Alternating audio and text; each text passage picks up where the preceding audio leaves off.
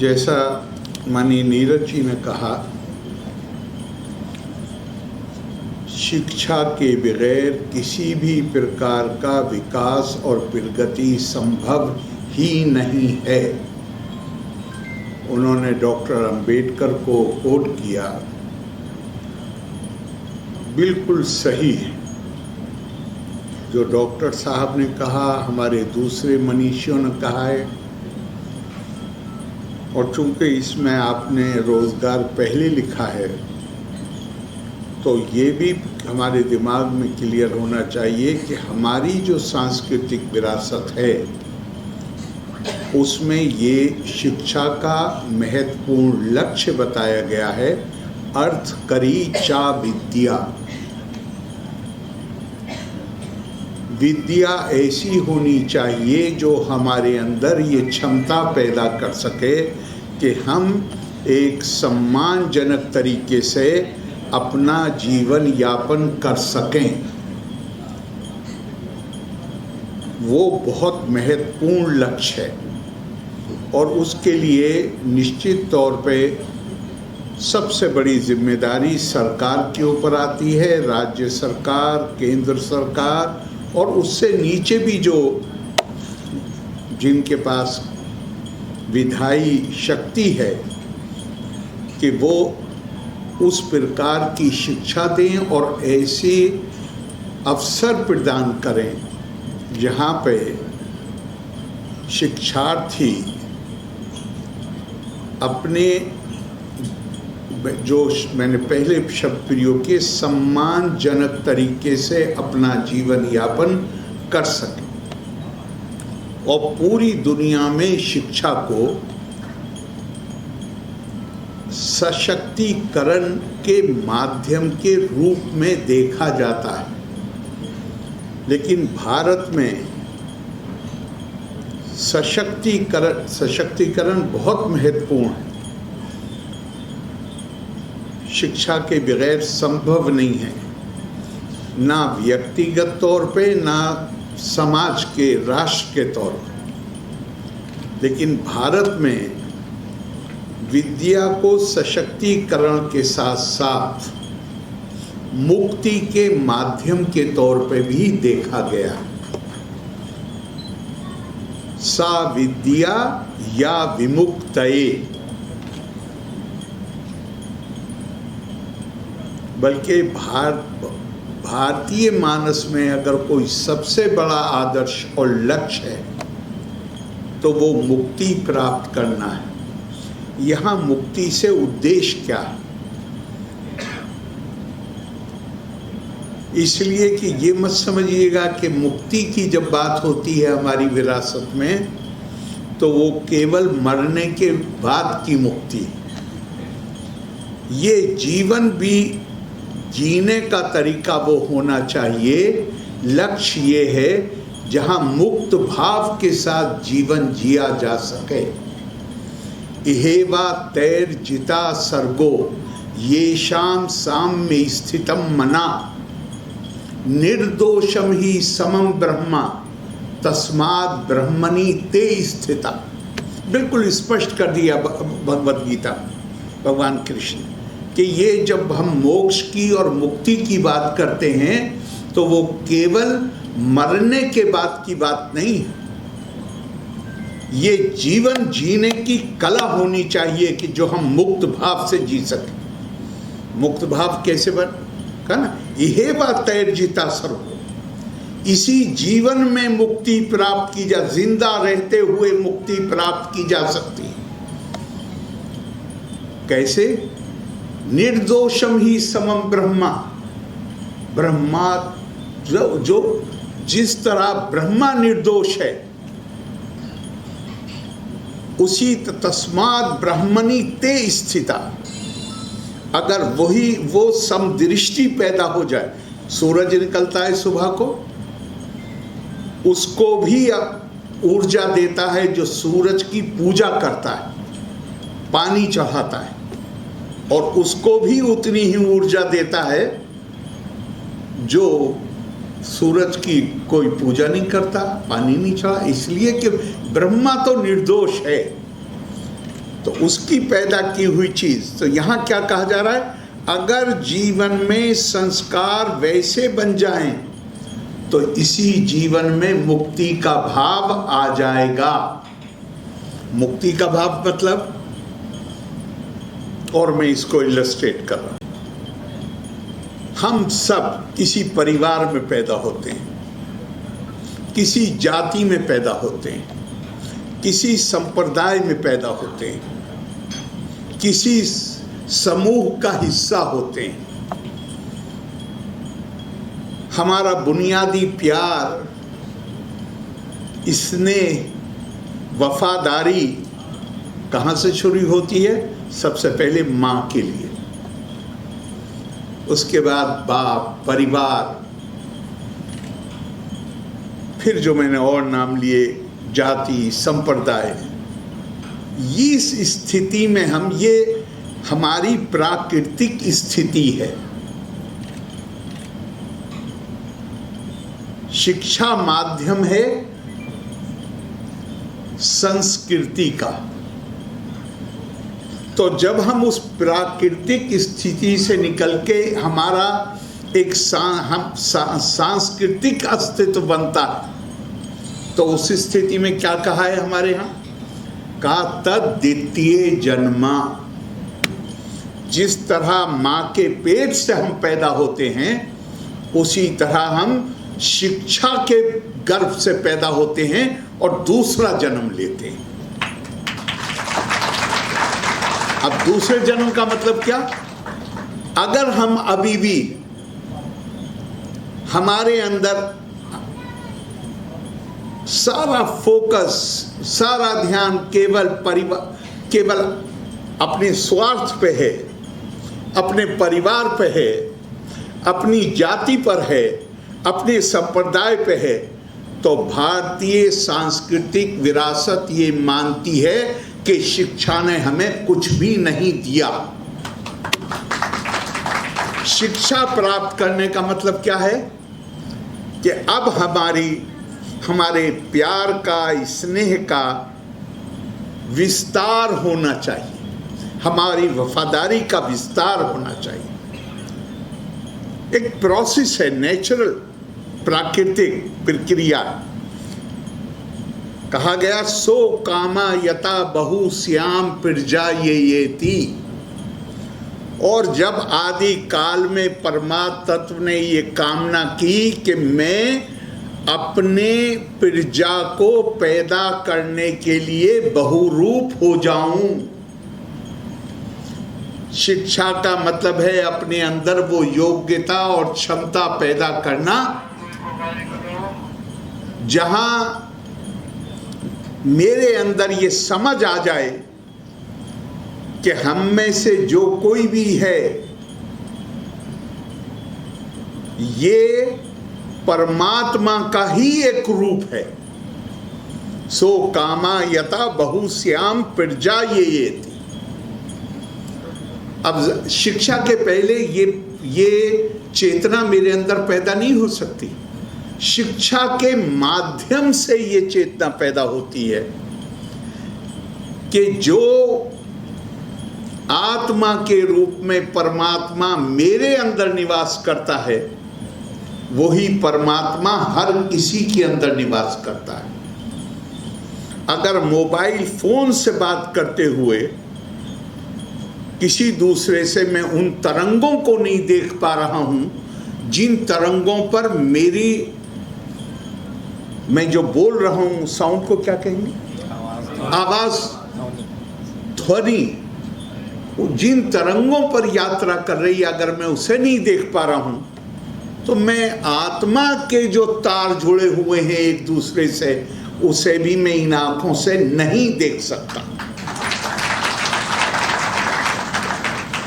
उसके लिए समदृष्टि, एक और प्रकार की दृष्टि है जो पैदा होती, और वो समदृष्टि केवल और केवल ज्ञान के माध्यम से पैदा होती है। शिक्षा का वही उद्देश्य है। प्रकृति, मैंने पहले कहा, हर किसी के अंदर है। अपनी रोटी खाना प्रकृति है, दूसरे की रोटी छीन के खाना विकृति है, और संस्कृति ये है कि मैं अपनी रोटी को दूसरे के साथ साझा करके खाऊं। ये है अपनी संवेदनाओं का विस्तार, अपने व्यक्तित्व का विस्तार, ये समझ अपने अंदर पैदा करना कि अब तो भारत ने तो ये बातें कही हैं कई हजार साल पहले। यूनाइटेड नेशंस का स्लोगन है, उन्होंने कहा कि poverty anywhere is threat to prosperity, poverty anywhere is threat to prosperity everywhere. गरीबी कहीं भी हो, वो समृद्धि जहां कहीं हो उसके लिए खतरा। बीमारी कहीं भी हो, देखा नहीं अभी आपने कोरोना में निकली तो कहीं और से पूरे विश्व को अपनी ग्रिप में ले लिया। भारत ने ये बात कि ये जो बंधन है इसमें हम बंधे हुए हैं, लिहाजा हमें केवल अपनी चिंता नहीं करनी, हमें सबकी चिंता करनी। मैं केवल अपने लिए नहीं जीऊंगा। स्वामी विवेकानंद कहते हैं जीवन तो उनका है जो दूसरों के लिए जीते हैं, और बाकी तो जिंदा हैं लेकिन मृत प्राय। और हमारे हाथों सारा जोर इसी पे है। कितना जोर, मतलब हमारे क्या कहा गया। मैं अगर आपको से डील कर रहा हूं, आपसे बात कर रहा हूं, और मेरे चेतना में ये बात है कि मुझे कहा गया देहो देवालया प्रोक्तो जीवो देवा सदा शिवा। ये जो मानव शरीर है ये परमात्मा का मंदिर है। अगर मेरी चेतना में ये चीज है, मैं आपसे झूठ बोलूंगा, मैं आपके साथ ज्यादती करूंगा। अगर मुझे ये है, वेदों से निकले हुए 4 महावाक्य हैं जिनको महावाक्य कहा गया, मैं नहीं कह रहा हूं। जिन आदि शंकर को हम श्रेय देते हैं कि जिस वक्त भारत राजनीतिक दृष्टिकोण से टुकड़े टुकड़े में बटा हुआ था, उस वक्त उन्होंने पूरे भारत, कम उम्र थी, उस कम उम्री में उन्होंने पूरे देश में घूमकर एक नई चेतना पैदा की, आध्यात्मिक और सांस्कृतिक एकता की पूरे देश में। और हम कहते हैं, अक्सर कहते हैं कि 4 मठ बनाए उन्होंने। साहब, बिल्डिंगों से एकता नहीं पैदा होती, विचारों से एकता पैदा होती। उन्होंने क्या मठों को उन्होंने 4 मठों को एक एक महावाक्य दिया। हम मठ की बात करते हैं, वो जो महावाक्य है उसकी बात नहीं करते। इससे कि प्रेरणा का स्रोत बिल्डिंग थोड़े है, प्रेरणा का स्रोत तो वो महावाक्य है जो प्रज्ञा से भरा हुआ। अहम ब्रह्मास्मि, एक वेद से, अगर मुझे सही याद है तो अथर्वस। तत्त्वमसि, जो परमात्मा मेरे अंदर है वही तुम्हारे अंदर। और वो परमात्मा क्या है? अयम आत्मा ब्रह्मा, आत्मा ही परमात्मा है। और फिर आप जो चौथा है वो तो कमाल का है, प्रज्ञानम ब्रह्मा, बुद्धिमत्ता, चेतना। कौन सी चेतना?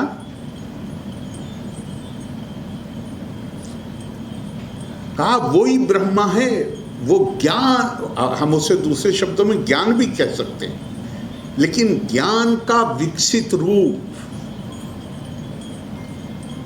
उसको प्रज्ञा कहा जाता है।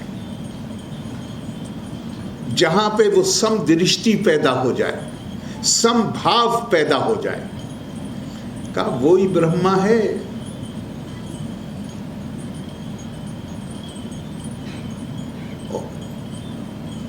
यदा भूता पृथक भावा मेकस्थमनु पश्यति तत एवाचा विस्तारम ब्रह्मा संपद्यते तथा। ये जो कुछ भी तुम अनेकता, विभिन्नता, अलग अलग चेहरे, अलग अलग रंग, दो भाई हैं, एक को नीले रंग की कमीज पसंद है, एक को सफ़ेद रंग की पसंद है, एक को एक खाना पसंद है, दूसरे को दूसरा खाना पसंद है। हमारी सांस्कृतिक विरासत हमें ये कहती है प्रकृति यान्ति भूतानि, हर शख्स को एक खास प्रकृति पे पैदा किया गया है, वो उस प्रकृति के अनुसार अपना जीवन चलाता है। इसका सम्मान करो, इसको स्वीकार करो विविधता को, लेकिन यहाँ रुको मत। हमारे यहाँ बहुत बात होती है टॉलरेंस। भारतीय संस्कृति में टॉलरेंस के लिए कोई जगह नहीं। शरारतों को हम शरारत नहीं मानते, हम विभिन्नता को मानते हैं। ये नैसर्गिक है, इसको हमें स्वीकार करना है, इसका सम्मान करना है। स्वामी विवेकानंद तो कहते हैं, वो तो क्या सख्त शब्द प्रयोग करते हैं। कहते हैं जब कोई टॉलरेंस की बात करता है तो मुझे लगता है कि ये परमात्मा का अपमान कर रहा है। ब्लास्फेमी शब्द प्रयोग किया है। अब मैं कौन हूं दूसरे को बर्दाश्त करने वाला? दूसरा जैसा कुछ भी है मुझे उसका सम्मान करना है और उसको स्वीकार करना है,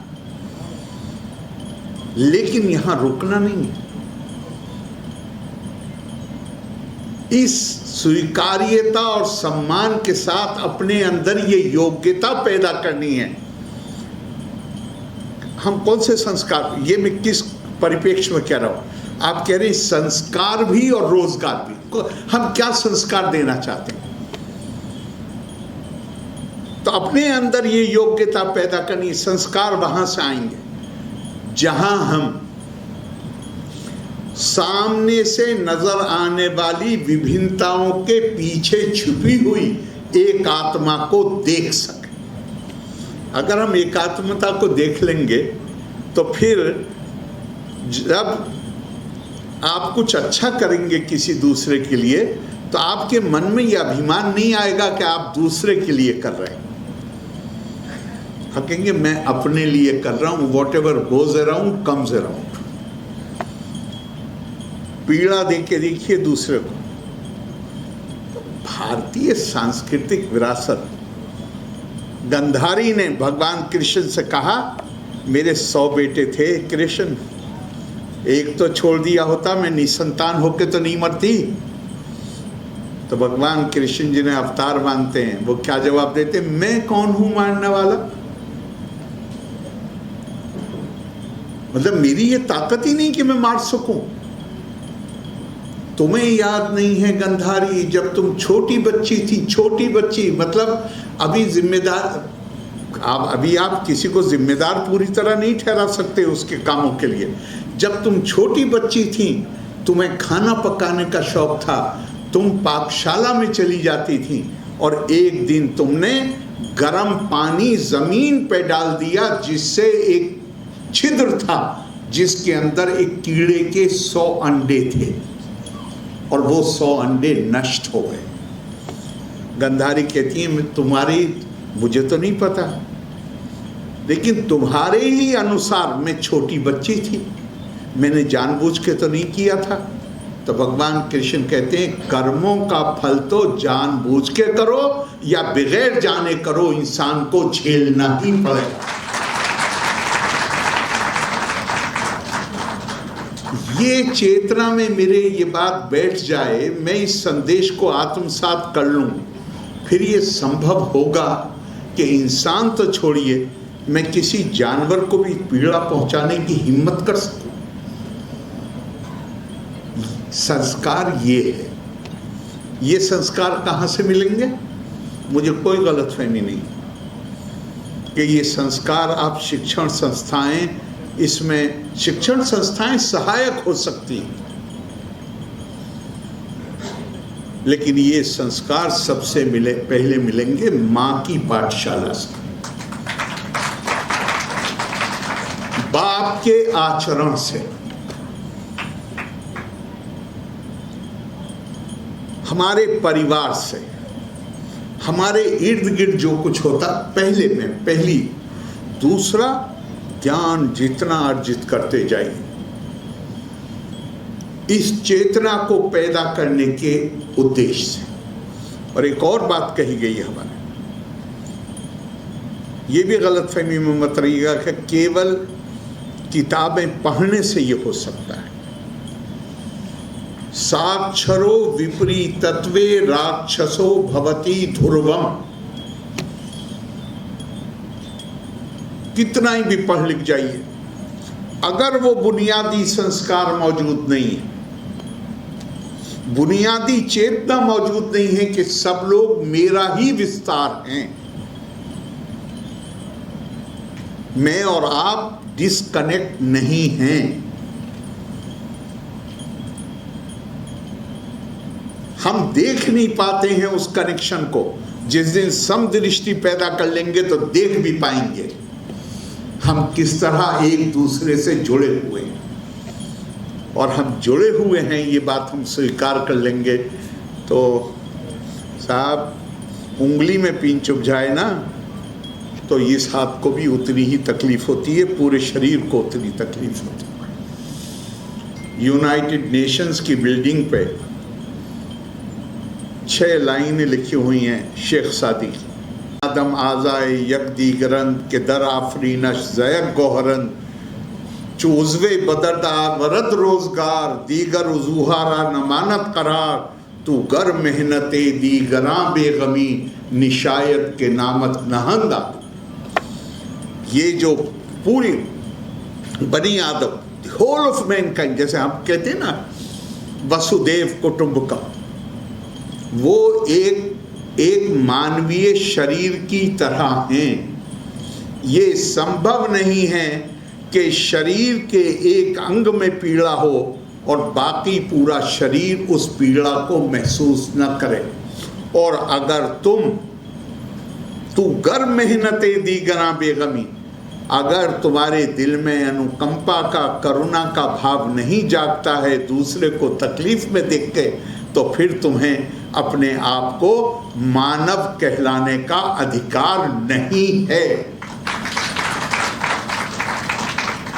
फारसी के मशहूर शायर शेख सादी, उनकी ये 6 लाइनें, 3 शेर यूनाइटेड नेशंस की बिल्डिंग जहां एंटर होते हैं उसमें लगे हुए। लेकिन हमारे इंसानों के अंदर दोनों तत्व मौजूद हैं। संघर्ष, पता मतलब सिमिली एक चीज़ होती है कि वो कौरव और पांडवों और कौरवों का संघर्ष हर किसी के अंदर लगातार चलता है। और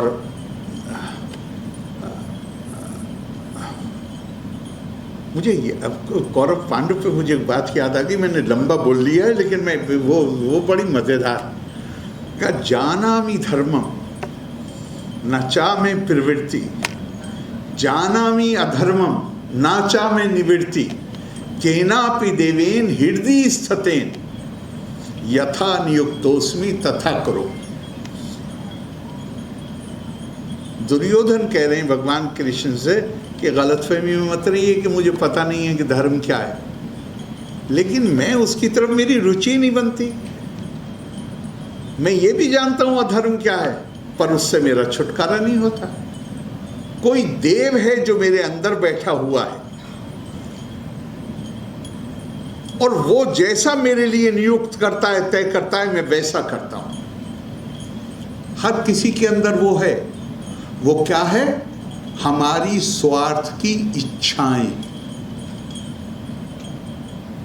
हम खुद अपने जो चीज हमें अपनी खुद गर्जी, स्वार्थ, हम वो करना चाहें, लेकिन हमारे अंदर दोनों चीजें हैं। और इसीलिए कहा है कि ज्ञान क्या है? ज्ञान ये है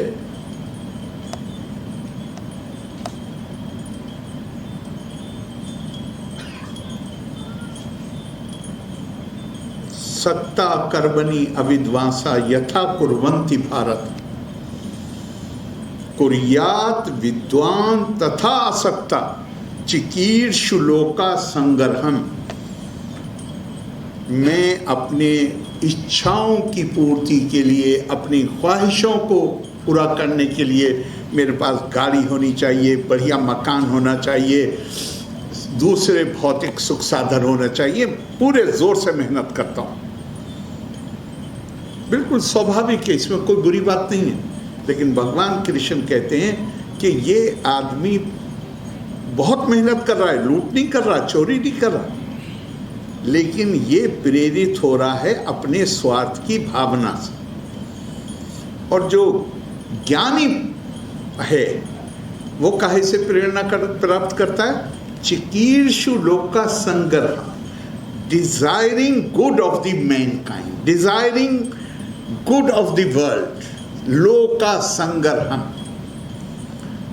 तो अपने अंदर वो भाव पैदा कर लेना जहां हम केवल अपने लिए ना जिए, हम दूसरों के लिए, दूसरे में सब शामिल हैं। और मैं एक मिसाल मैं पिछले दिनों में दे रहा हूँ। अभी माननीय मंत्री जी उपलब्धियां गिना रहे थे। मैं मानता हूं कि बिहार उससे ज्यादा उपलब्धियों की क्षमता बिहारियों में है, लेकिन बदकिस्मती से तो आप देखिए ना, बिहारी जहां कहीं बाहर हैं। आज बिहारियों को बंबई से निकाल लीजिए तो बंबई ठप हो जाएगा, दिल्ली भी ठप हो जाएगा, इसलिए कि वो वहां बिहारी हैं। पर बिहार में बिहारी मुश्किल से मिलता है।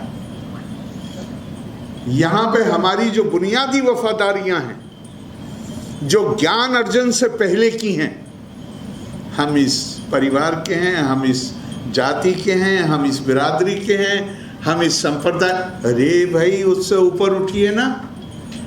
जिस दिन बिहारी बिहार में बिहारी हो जाएंगे, उस दिन बिहार तो जैसे पहले पूरे देश का नेतृत्व करता था, उस तरह पूरे देश का नेतृत्व करेगा। लोका समस्ता सुखिनो भवन्तु। धन्यवाद। जय हिंद।